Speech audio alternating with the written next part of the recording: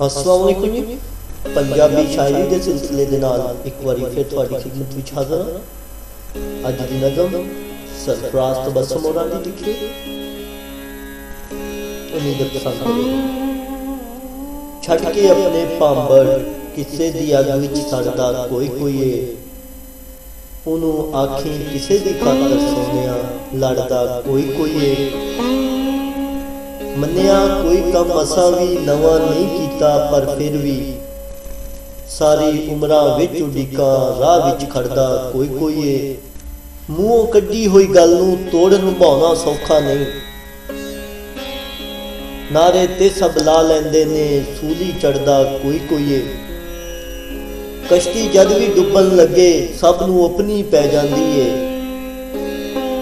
उस पल किसे भी डुबदे होए दी बाह नूं फड़दा कोई कोई है। उंज ते इश्क स्कूलां दे विच हर कोई दाखिल हो जांदा है, सबक मुहब्बतां वाला फिर भी चाह नाल पढ़दा कोई कोई है। सच तां ए वे तैनूं नेड़ियों तकिया ए ते मन्निया वा, रब भी सोच समझ के अपनी हथीं करदा कोई कोई है। अक्सर लोग ज़बानां दे के प्यार दे विच नस जांदे ने,